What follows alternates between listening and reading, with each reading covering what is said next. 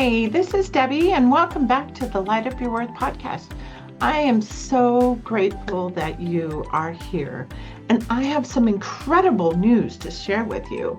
Here is that the Light Up Your Worth podcast has now hit 10,000 downloads. Thanks to you, my listener, and I am just so grateful that you've been here on the journey, whether you're a brand new listener and you just found us, or you've been on through this whole journey as we are in season 4. So thank you so much. And I just cannot express enough in words the depth of my gratitude. So thank you for being here on this continuous journey of personal development and growth and healing. So this week's episode, I'm so excited to share with you, is Danielle Mendoza, and she's a publisher. And she's actually my publisher of a book that we're working on called A Wise Woman Once Said, which is powerful stories from worthy women to inspire you to claim the unique life you're called to live while focusing on shared stories of purpose, self-worth, self-love, overcoming, the fear and imposter syndrome, and thriving in life and business. Now, this is an opportunity as a multi-author book. If you are interested in sharing your story, putting yourself out there, because honestly, we all have a story. We've all overcome obstacles. We've all overcome so much in life, and we just want to celebrate it.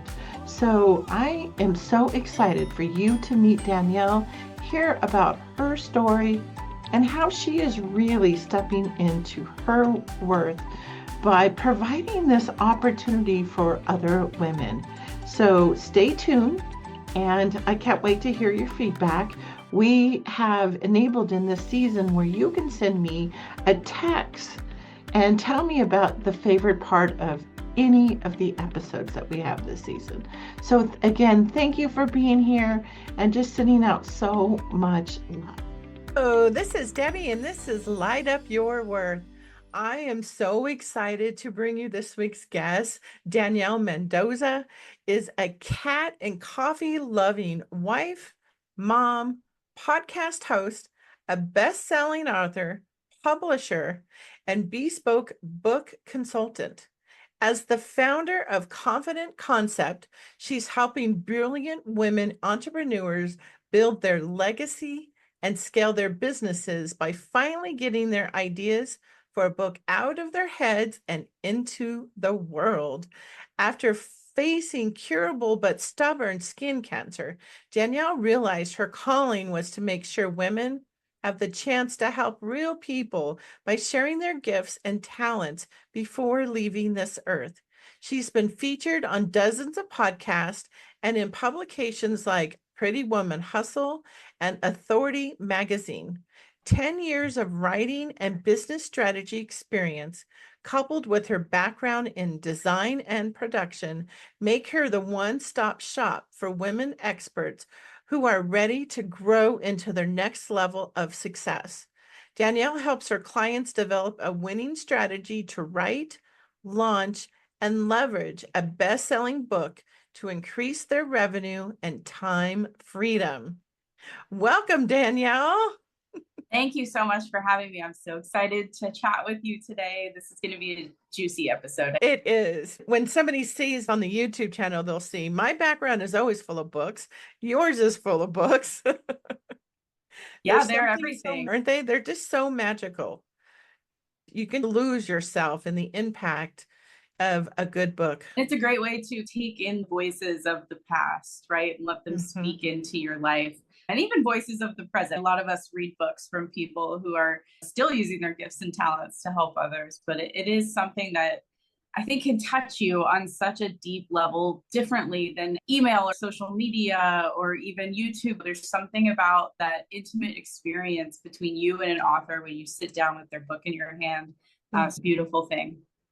It is. There are books that have just impacted all of our lives so much. And I don't know about you, but I was that child. As soon as I could read, I would be found hiding in our little walk-in closet. with the flashlight reading. Oh, yeah. I was an avid reader from the moment that I learned to read, just diving into books constantly. It's a new world. It's a way to explore new ideas and new characters and settings and things that you might never get exposed to in life otherwise. I love that. It's a bit of an escape, but grounded. Other escapes are just head in the clouds and it's almost a waste of time. But I think when it comes to a book, there's such a grounded experience there that even though you might be reading something fantastical, there's still human emotion and lessons and connection and relationships and all these things that we get to experience through them. Mm-hmm. It is. And I think it's the best way you reference leaving a legacy. Some people might think of a legacy of just being dollars, but not me. I think of a legacy of is the impact that you can leave behind on your family, society, communities. Why do you think legacies matter? And how does a book really contribute to somebody's personal legacy? So I think legacy really boils down to what are others going to say about you after you're gone? What kind of effect are you having in their life? How do they feel when they're around you? That almost matters more than what we do, is how people feel when they're around us or when they interact with us. And when I went through my own facing the skin cancer and dealing with that, I had to wake up and face my mortality. And I always knew that I'm human, but I had never really considered this idea of, well, what are my kids going to say when I'm gone one day? What are my friends going to say? And what is the community going to say? What's the world going to say? And it was in that time that I realized a deep part of my unhappiness at the time was the fact that I wasn't living into an intentional legacy. I was letting life happen on accident. And I thought, this is really unfortunate. A lot of people fall into that, tending to kids, going to work, doing all the things. And we are always building a legacy, but we're not being intentional about it. And so we don't get to curate that story. That story is just an accidental story that is probably based on the whims of our own emotions, which are not always positive. Life is kind of 50-50. And is that the legacy you really want to leave behind of a stressed out? For me, it was the stressed out mom who wasn't fulfilled with life. And the answer was a resounding no. Immediately, I was like, that is not what I want to leave behind. And so I had to get really clear. What do I want to leave behind? What do I want the world to say about me after I'm gone?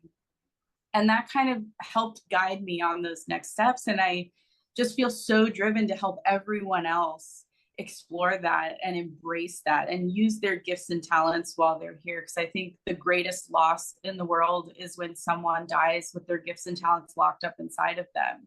God gave us those gifts and talents so that we could touch the lives of others. And I think business is a great way to do that. Books are an even better way to do that. They connect beautifully in my world. Your book is your legacy. One day when you're not on this earth, your book is still going to be here. It's still going to be your voice speaking into the hearts and minds of others through that book. It'll be on coffee tables, passed around amongst friends, living in libraries for people to stumble upon. So it is really important. It's something that I think everyone, of course, I think everyone should write a book, that everyone has a book in them, as we talked about earlier. We all have a story to share that matters. And that can be difficult to understand and accept for some of us, especially when it comes to our sense of worth. Well, why does my story matter? I encounter that a lot as I'm talking to potential clients about their book, and they think, I'd love to write a book, but I don't have some rags to riches or some like deeply dark, sad story that turned around to this golden shining moment. And it doesn't need to be. It's just your story. Sometimes in the plainness of everyday life, there is so much connection and insight that can happen. And we tend not to give ourselves credit. We live our lives every single day, right? We're like, who am I? I don't know. I'm just living my life. I'm out here doing my thing. But you never know who that story is going to touch. And it is just a beautiful thing when it does. Even if your book touched a handful of people, wouldn't it be worth it to have it in the world? I think so. And I think anytime somebody's come up against their own mortality, like you did, or if you've lost a parent, a child, a grandparent, a pet, you really start to get a bigger, deeper sense of that our time here is limited, but we can leave that lasting legacy of sharing that part about us. It's such a powerful way to do it. I think it's because look, there's libraries have been around for over 100 years, right? A free library over 100 years. You now see so many neighborhoods that have the little book sharing things in neighborhoods, right? Especially in more suburbia, I think. But you see those where people are wanting to share. How many book clubs are out there? It just takes you figuring out, yeah, your own worth, really, of how you want to be left. And it really is a question, I think, for anybody listening is what are you intentionally doing for your own legacy? Here's an opportunity to be able to do that through writing a book or your knowledge, right? It doesn't necessarily even have to be about your story or They're so inextricably linked. Like Mhm, our knowledge comes from our experiences, right? All of us are mhm, positioned to help people in the way that we do because of the things that we've gone through and the things that we've learned in life. And I think that writing a book, a lot of people feel like it's this big pressure thing. Oof, this is my legacy. I better get it right. I got to make it this big, impactful thing. And I think I just want to encourage people look at it the opposite way. Writing this book takes the pressure off. Now you bottled up something that can mhm. live on in perpetuity. You don't have to touch a million lives or 10 million lives while you're here. Those are great goals. And I think we should all strive to touch as many lives as possible. Mhm. But if I set a goal to touch 10 million lives and then unfortunately my time was cut short next week or next month or a year from now, I know that my book's going to live on and continue to touch those lives that I wasn't able to reach out to while I was here. It took a lot of pressure off because I could be very intentional about what was left behind, the impact that it would have on people, and encourage people to continue to share it. And I think that ripple effect matters a lot more than any direct effect I can have in the life of someone while I'm here in terms of that greater sense of legacy. I completely agree. And I've known multiple friends who've written books. And so I am curious to hear about how committing to a book, to writing that, how it's actually folded into people really discovering even their own worth. You have to believe you have something worth sharing, right? And that is Mhm, step one. That's at the foundation of being willing to write it down, is knowing that it's something that's going to matter to someone else. And I think when we get overwhelmed and we aren't sure and we don't write things down to share, it's because we are looking at, does this touch everyone?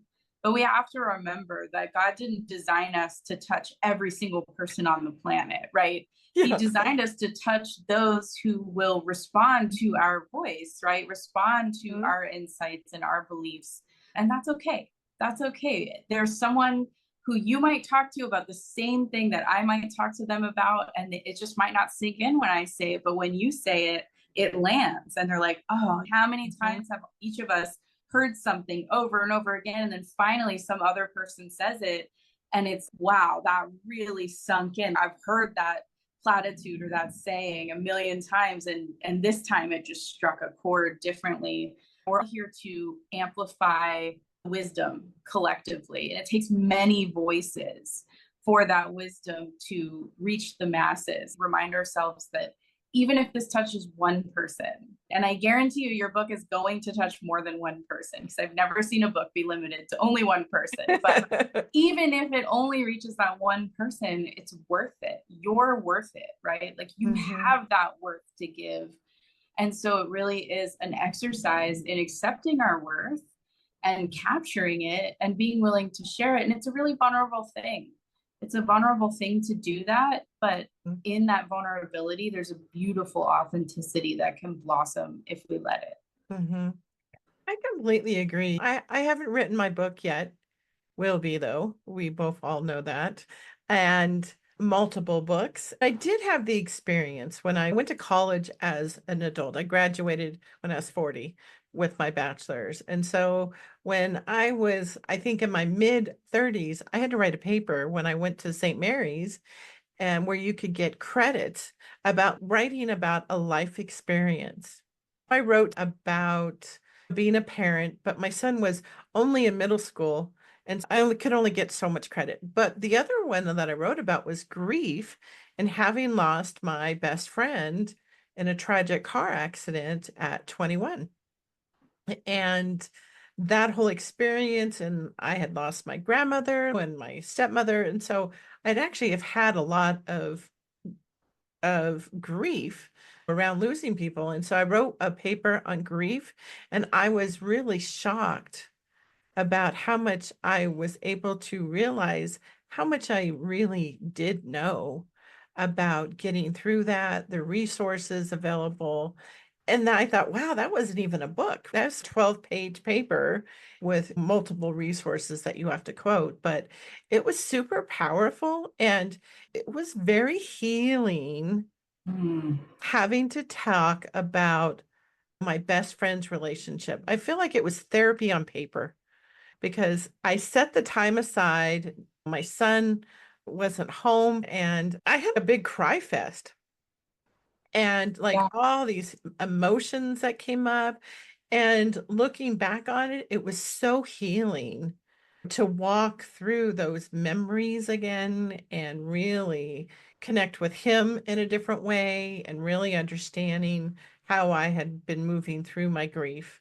And all those years later, my son is named after him. My son's name is David, and my friend's name was Dave. When you're working with people, what have you heard about their whole experience in that writing process? Yeah, healing is a big part of it. And there's a lot of processing that goes on because we might even have a story where we've done a lot of healing already. But when we go back to share that story in our writing, we're essentially reliving it for a moment.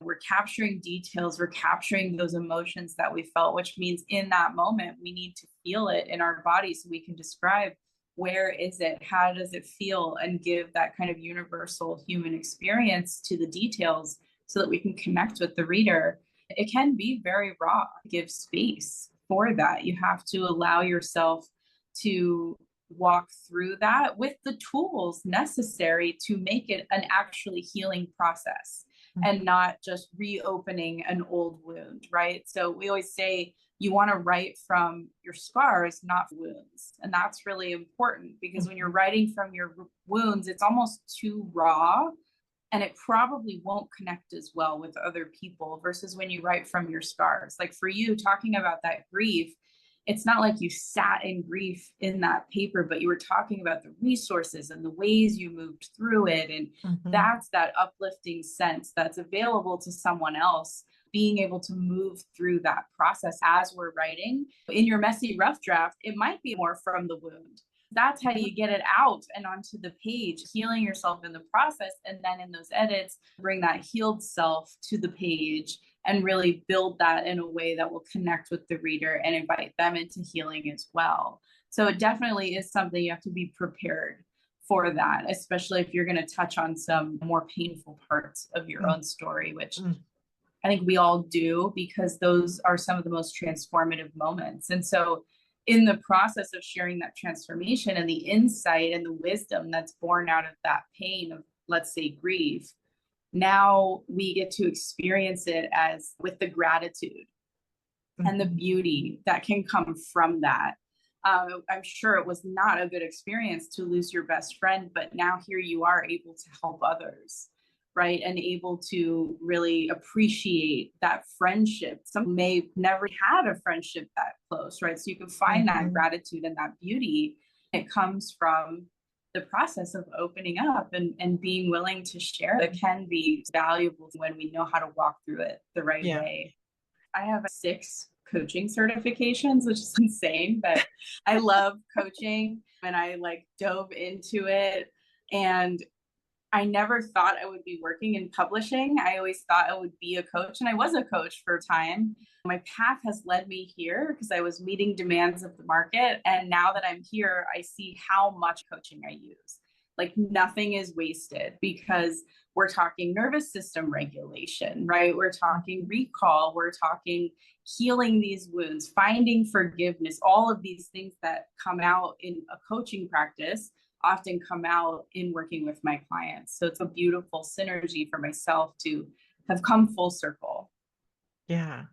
Yeah, I could see how it would go hand in hand because it is when you're reaching there. And I would agree that that you're writing from it's scarred versus being actually still in it and being able to release it out and being able to have a bit of a perspective. I can look back at my friendship. He was my best friend, and it was just for a couple years, right? It's from graduating from high school till 21, these really pretty powerful years, and lots of shenanigans going on in those years.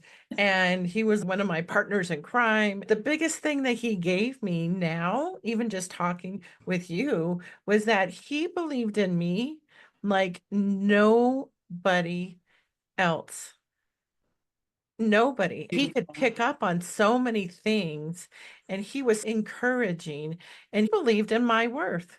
I felt valued and seen. You can't take away staying up half the night talking as friends, sharing all your dreams, not even realizing your dreams until there's somebody there. I can see as you are going through this with people to write their books, their legacies, that you are really going to be the first person to see what is in their soul and their heart of whatever the subject is, whether it's their story or about business. I try to create a space for all emotions to exist and to be okay. We can't shun emotions. They're messengers to teach us something. I enjoy that part. It's a nurturing process. You have to be a nurturing person to really successfully work with people in their own story as they're writing. And so I do enjoy and appreciate that others are so willing to let me in, to partner with me in that way, to show up in that vulnerable space. And it's exciting to see the insights and the clarity that comes out of that often to help someone discover what was it from their past that connected to this lesson or this wisdom that they just felt like they had. And then it's okay, where did that really come from? Going down emotional rabbit holes and exploring their story and them realizing something like, oh, it really was my like freshman year color guard experience that taught me to have this staying power and gave me grit differently than I would have if I hadn't gone through that. Things that they had forgotten. And I had a client reach out to me recently, and she said that her son was going through some things. And so she shared her chapter from one of my multi-author books that she had written about her young childhood story and what it taught her. And he read it and he was like, wow, mom, like I never knew this stuff about you. So it's oftentimes bringing out things that we haven't talked about in a long time. We have a multitude of stories, each of us. If I always say, if you've lived longer than a decade, you have stories to tell. Like you just do. You're a human. And so being able to share those, for her to be able to pull that out and share it in this really poignant moment for her son, because it's already captured, it's already refined, it's already positioned to share the lessons and the wisdom. It was a really nice, touching moment of vulnerability between her and her son. And that kind of stuff is just, that brings me so much joy. I could see how that would be really fulfilling on so many ways. Talk about a true legacy with your own son too, being able to really share and help them through something where they can see you other than even a parent. They get to know you better. And it's fun too. They even sometimes get to know themselves better. So my first book, Manifest Success, I wrote a little story about my son because it taught this lesson that pertained to business that I was teaching in the book.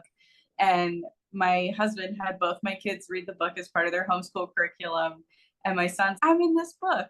Hey, and he'll still tell that story about himself from when he was 2. And it's not that he remembers it because he was too young for that to be baked in as a memory, but now having read the book, he's learned more about his childhood. So that was fun. When people are beginning to write their book, what mindset blocks do they encounter when they set out to write their book? The number one thing I hear from people is anyone even going to care about this? Does it even matter? Will it be interesting? And it's so funny because every single person thinks that. I have not talked to an author who hasn't had that thought cross their mind, myself included. It's always a resounding like, yes, it matters. Yes, it will be interesting. Yes, people will care about it. It's not every single person in the world to care about your story, but there are going to be people out there who hear it, and it's going to touch them on a deeper level than you could ever imagine or even intend. I think there's a spiritual aspect where we put something out into the world because it's called out of us, and then it's used by God, by the universe, by the spirit to touch the lives of others in a way that we could never control in our own power and force. Mm-hmm. It's a really beautiful thing, and it really does matter to other people. And I always say, look at TV. We have action, dramas, really high highs and low lows, but we also have the Hallmark Channel, which people love. Okay. And give me a good Hallmark movie. That plot is predictable. It's ridiculous. Every dude has the same jawline. I don't know what that is. They're casting people of a type, but we love it. We love it. Even though it's not high highs and low lows, it's steady, it's life. Even the everyday, the day-to-day stuff that happens in your life, it's interesting to someone. That's why social media is even interesting, right? Because we're looking into other people's lives. So that is a big one that comes up, but I say, yes, always interesting. Go for it, make it happen. And then I think the other thing is people assume that writing a book needs to be something you do at the end, when you have it all figured out. One day I'm going to write a book, but I'm not there yet because I'm not finished yet. And I always joke, when you're finished, you can't write the book because you'll be dead. Because we're never finished. We're always here learning, progressing, moving through life, moving through business. And there's no reason you can't write a book up to the point you're at, right? Let's say you're brand new at baseball. We'll start writing your book about being brand new at baseball. Write what you know, what's true. Don't assume things you don't know. It's like to be continued, right? Maybe there's another book down the line. No book is long enough to capture an entire life anyway. So I think waiting till the end is silly. Waiting till there's a certain level of success or accomplishment or whatever that is, we're always putting those things off way down the line. Again, tied back into our worth. I'm not worthy of a book until I'm this accomplished, viewed as successful, or made this much money, or I'm this many years old. You are worthy of the book, always. You're ready. It's time. As soon as you have that idea, you're being called to it. God is calling you to share that story. And I'm always like, do you want to say no to God? Really? Like, no, I don't think I do. I'm sitting here talking. I was like, wow, that's a story. Like all these chapters. I think of books that impacted my life. What's the one about the cheetahs? Untamed by Glenna Doyle that came out in the COVID. You read that book, some chapters are a page. Others are like 5 or 6 pages. And they seem random, but there's a theme that's running through all of that randomness. I thought, well, if she can do it, we can all do it. Absolutely. I call that the golden thread. We always start with my clients, what's your golden thread? What's the purpose of this book that's going to be woven throughout? And we weave our tapestry of stories and expertise around that thread. Different parts of life might not go in chronological order, right? We might start where we're 30 and then go back to when we're 14 and then jump into 25. There's an order that builds a certain mindset shift in the reader. And that's the focus, right? Is making sure that golden thread is made up of building blocks that shift that reader's mindset, bring them to new insight, and reinforce some things through story, because story is sticky. It stays with us. I can give you information all day long, but it's not going to stay with you the same as if I present a lesson to you through a story. That's why people read memoirs and not encyclopedias, right? Like, Yeah. so Oh, we have yeah. to make sure that we're consistent and things feel cohesive in that broader sense, but Hmm. that there's enough variety in the stories too that it stays interesting and we want to keep turning the page. So that's the key.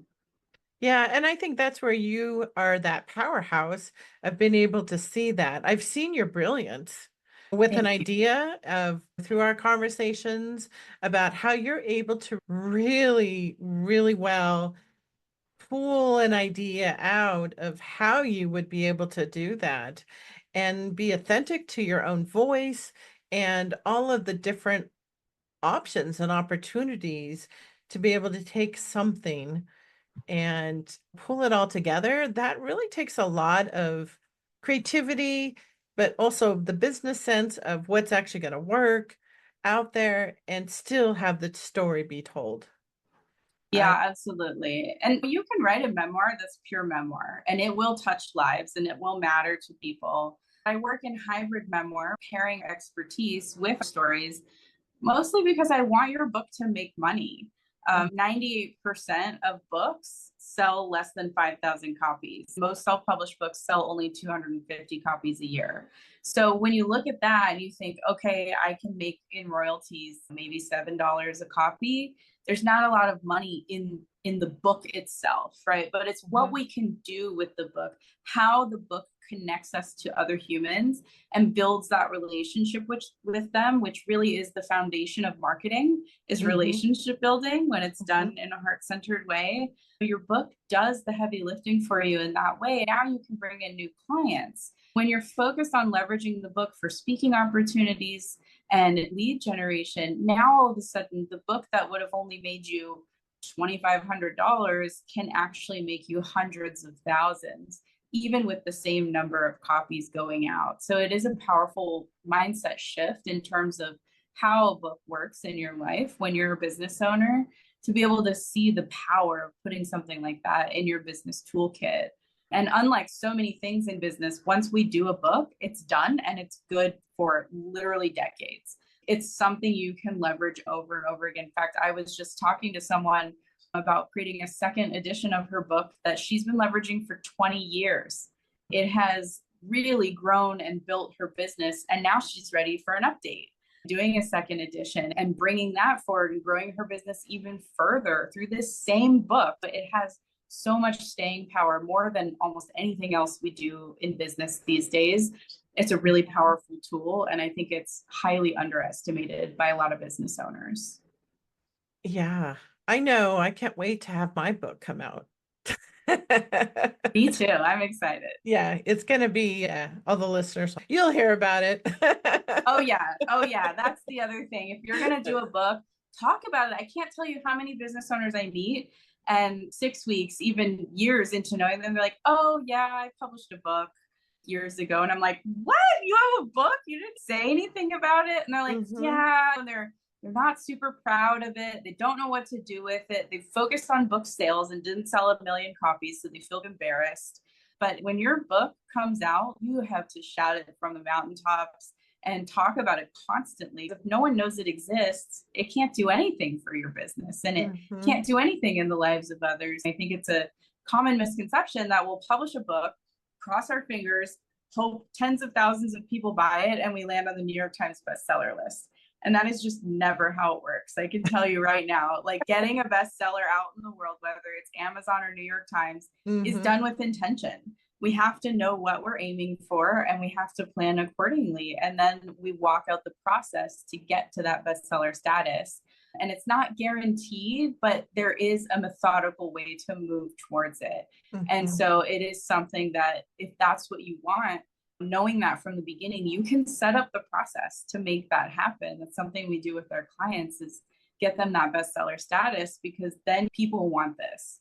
We have a good track record of outselling the average number of books sold by self-published authors almost by double, if not more, just in launch day. So just in 1 or 2 days, we're looking at 500, 700 copies, but it's because we plan for that.